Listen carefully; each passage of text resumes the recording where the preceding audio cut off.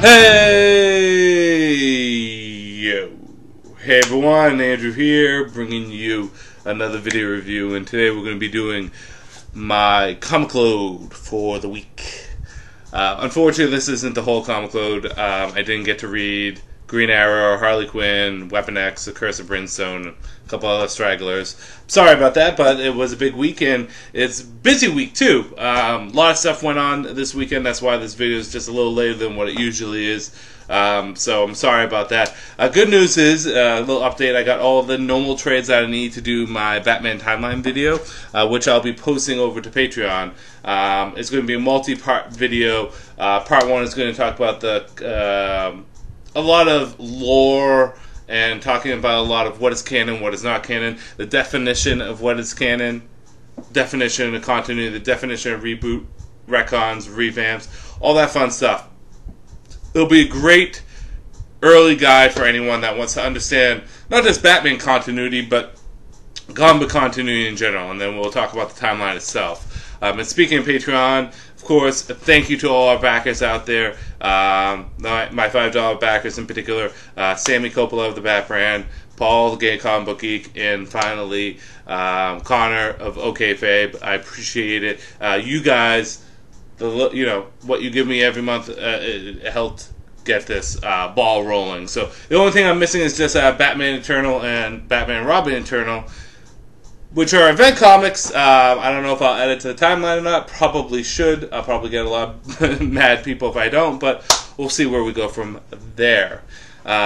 So that's about the only update I have. A lot of stuff came out. Right now E3 is going on, which is pretty cool. I picked up some games recently. I downloaded Resident Evil Revelations 2. I haven't played that yet, so I'm going to play that. I'm behind on Resident Evil games. I have to play that, and I have to play Resident Evil 7. I'll probably wait for it to come to the Switch, because that's all I really play now. I mean, I could get it on PlayStation 4, but we'll see. Downloaded Bloodstain, Curse of the Moon, which is really fun. I also just got the Super Street Fighter Legacy Collection, Special Collection, 30 Anniversary Collection. Basically every Street Fighter game from 1 all the way up to right before 4. So I'm looking to dig my teeth into that sometime soon. And of course, as you know, Let's Go Pikachu and Let's Go Eevee was released. So your boy got back onto Pokemon Go. It's so easy to get back in that game, and it's bad. It's bad on how easy I just slipped right into it. I will admit it's a lot more fun now than it was when it first came out. See, with Pokemon Go, I played it religiously when it first came out for like a month, and then there was just so many bugs and not enough Pokemon, and yeah, I just stopped. But now you can walk your Pokemon, there's events going on, there's raids and all this stuff, so I decided to pop back into it, and it's been fun ever since. But I'm looking forward to Let's Go Pikachu and Let's Go Eevee, which should be pretty fun.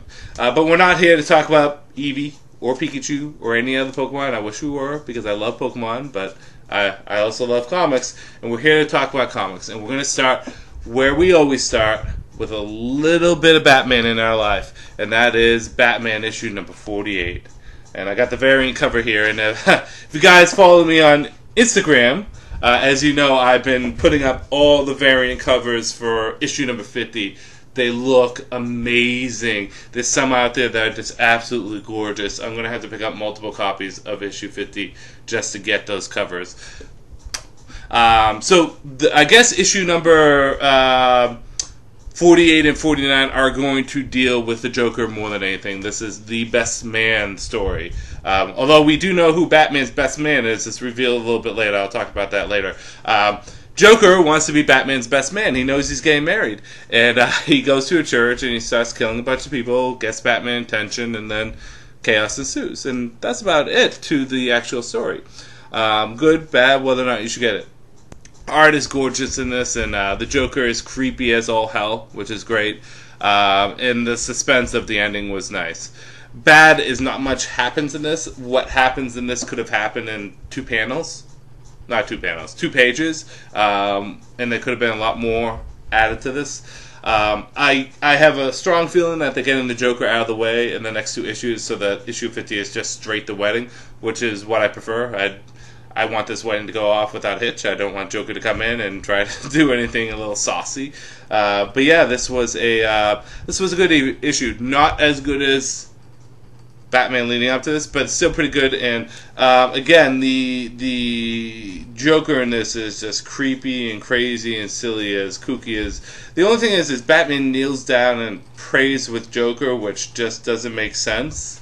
Maybe it's because Batman says, hey, maybe I'll play into Joker's craziness and see what I get out of it. I do like Catwoman at the end, so yeah.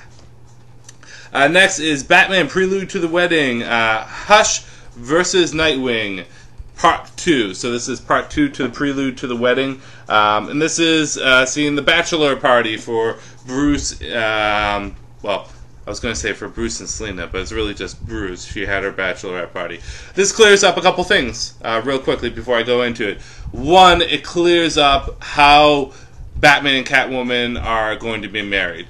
They are going to be legally married, but not publicly married. So Bruce Wayne to the public will still be single because Catwoman has her rap sheet. So this is going to be a traditional superhero wedding. That's why everything is a secret. So although they will be officially husband and wife, publicly they won't because Catwoman's still wanted for the murder of a lot of people, even though she didn't cause it. Number 2 is we find out who Batman's best man is in this, which makes sense at the end. It's an interesting conversation he has with Dick, well, I don't want to spoil who the best man is. I'll tell you it's not Dick. So Dick asks why it wasn't him. So, yeah. That leaves a couple contenders. But basically, Hush finds out about this because the Joker's telling everyone and their mother that Batman's getting married. And he shows up with an RPG, rocket, and bazookas the car, and basically him and Nightwing gets trapped in an alternate dimension. It makes sense when you read it, okay? Superman is involved in this, and he creates an alternate dimension for them to have their bachelor party, and then basically Nightwing and Hush get sucked into there, and fighting ensues. Good, bad, whether or not you should get it. Good. The beginning and the end of this story is really nice. I love the talking, the conflict. I love the dealing with the best man stuff. I love like Superman, Batman, Nightwing, having a good time on the bachelor party. That was fun. The middle part with Hush was unnecessary. I think it was good, just not necessary. And I think the big reveal with Hush, with what he did with his face, was silly. But it was still a good read. I recommend picking up. Next is, I believe, Riddler and Batgirl. Yeah, the Riddler and Batgirl, which should be interesting. So, yeah. Nightwing, issue number 45. So, Nightwing has become kind of an interesting issue since series since Percy has jumped on and we have a new creative team. I love the art in it because it feels so very 90-ish or early 2000s. And I think the overall dialogue and characters in this are fun, but I don't care for the premise. The whole hologram monster killing thingy is just not working for me. For the first time in a long time, I would probably say skip the story arc because I wasn't too enthralled by it. And Nightwing is one of my favorite superheroes. Let's talk about TMNT issue number 83. The Turtles have to deal with the Rat King, and the only way they can deal with the Rat King is by getting information on how to beat him. So they choose one of their siblings, his siblings, to go meet, and they meet up with the Mammoth. And this issue is just awesome. From the action to the suspense to the drama to the dialogue, it's really great.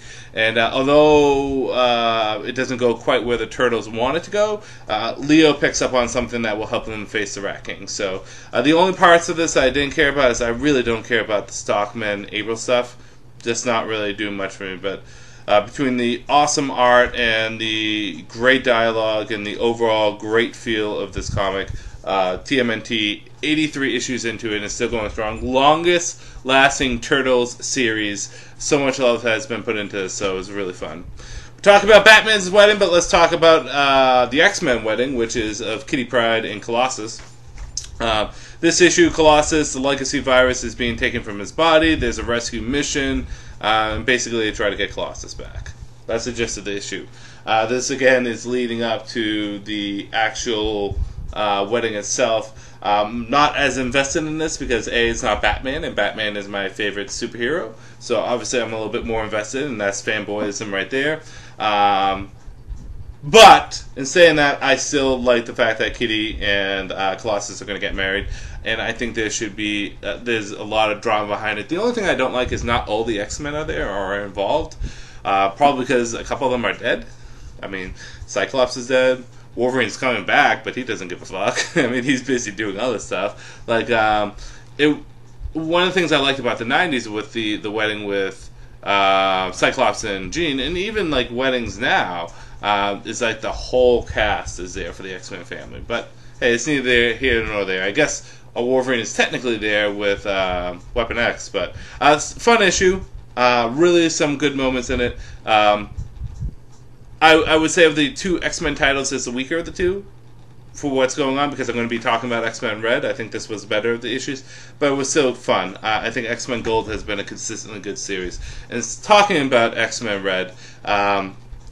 Basically, Jean Grey and her team of X-Men, which now consists of Gambit, Weapon X, let me read it out. Gambit, Weapon X, Trinary, Nightcrawler, Wolverine, Honey Badger, Storm, and Gentle need to go into hiding. So they go to Namor for help, and Namor joins up with the team. The only problem I really have with this and listen, the story... Everything is great about this. I love Jean Grey being the leader of this team. I love what's going on with it. The only problem I have with this comic is it feels like Storm and Nightcrawler are everywhere. They're jumping back and forth through teams. So are they on the Gold team or on the Red team? Do they even matter anymore? Are the X-Men just bleeding into each other? I don't know. But yeah, fun issue. Fun issue. Green Lanterns, issue number 48. Jessica Cruz is on the run from the Green Lanterns because she did something pretty bad. And basically, she needs to find a way to clear her name. Not that great of an issue. Probably skip it. Deathstroke, issue number 32. Deathstroke versus Batman. This continues the fun face-off between my favorite villain and my favorite hero in all comics. The two of them just pitting against each other, and it's really fun, the dialogue and the stuff that goes on in this. Deathstroke has been a consistently great title since it's come out with Rebirth. You should pick it up. Cyborg, issue number 38. This is continuing the giant robot story arc, with Cyborg kind of caught in between. Cyborg learns some more interesting things about the giant robot team scientists. I don't know what the team name is. And the main antagonist kind of shows up and makes his presence known. Cyborg has been good with Marv Wolfman on it, but I'm not gripping onto this issue as much as I want to. It's interesting because Marv Wolfman is a fantastic writer. He created some of the greatest superheroes. And he's been at the helm for many of them. His Raven story is going so well. His Cyborg story, I feel as though it just needs a little bit more. I still enjoyed it. Bringing up the unexpected New Age of Heroes. This is the newest release for the DC Metal line, which is basically spins out of Dark Knight Metal. And I don't know all their names.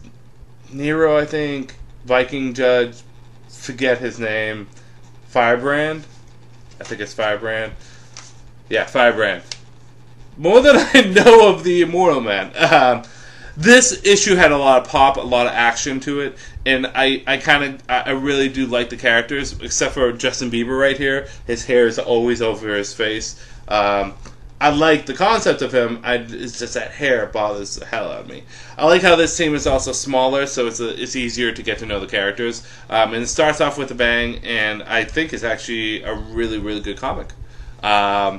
It's not the best of the New Age of Heroes DC Metal. I still give that to Silencer and Sideways and Damage, but this I would say is it's worth picking up. At least the first issue and see if you like it. Well, coming up to the end, Wonder Woman annual issue number 2. Long and short of it is Wonder Woman takes on a dark god from the Dark Pantheon as a Star Sapphire. That's about all you need to know. This is a fun issue, and there's some good stuff in it, but it did not need to be an annual. That's all I'm going to say. You could have done what you've done in this in a much more, in a regular issue, and maybe done the annual as a different story, but still fun. I don't think it's necessary for the current story arc for Wonder Woman, but I think it's worth getting. Man of Steel, issue number 2 of 6. Now, the first issue blew me away on how good it was. It didn't get my pick of the week, but it came close. This issue is still good. I love that we get a little appearance by my boy Green Lantern, and we get a little bit more background on the past of Krypton. And not as good as the first issue. I felt it was a bit jumpy, because at the end of it, Ambush Bug makes an appearance, and it kind of jumps back and forth through various Superman stories with different various characters, and it just felt a little sporadic. But I still liked it. Yeah. And finally, finishing things off is Justice League issue number 1. This is the New Age of Justice. So all that was left was the Virgin cover. So who knows what I'm going to do with that. But this is the traditional cover right there. So long and short of it is, after DC Metal, the Justice League decides to reform, and they decide to reform with a fresh new team. They have Hawkgirl come into the team, and John Jones returns. If you remember, in the New 52 continuity, John Jones was the first new member of the Justice League. So you had the Founding Seven, and then John Jones came in. And then there was conflict between John Jones and the Justice League, and it kind of ended with him saying that they aren't prepared. So John Jones, Martian Manhunter, kind of disappears to go find out the truths. And lo and behold, 5-6 years later, in DC Metal, he's still looking for the truth, and the Justice League bring him back, and all that jazz. And it feels right, because John Jones is a member of the Justice League, where his home belongs. So it feels right that he's part of the team. This issue itself is fun. I like the Lex Luthor stuff. I don't think we had enough of a basis on what's going on the big conflict, and what's the big evil and the big bad and the big challenge that they have to overcome. But the art was good, the characters were good. The only complaint I had is John Stewart's supposed to be the Green Lantern in this, but he makes basically one appearance, and he's not even really part of the team. He's just kind of is there. So that was a little annoying. But I really do like the Legion of Doom stuff. Really do. Like, he literally makes one panel. Actually, yeah, one panel. That's it. If you're gonna have my boy John Stewart in there, you gotta really work it. But on the whole, it was a fun read, a really good read, and worth picking up. My pick of the week, however, goes to TMNT issue number 83. It was that good of an issue. I really like what they're doing with this pantheon of animal gods that kind of tie into everything that's been going on with TMNT lately. But not only that, but with what's been going on since the very beginning. Batman was good, Justice League was good, X-Men was good, but nothing quite hit the spot like TMNT did. So with that said, I'm going to end this video here. This is Andrew saying peace out for now.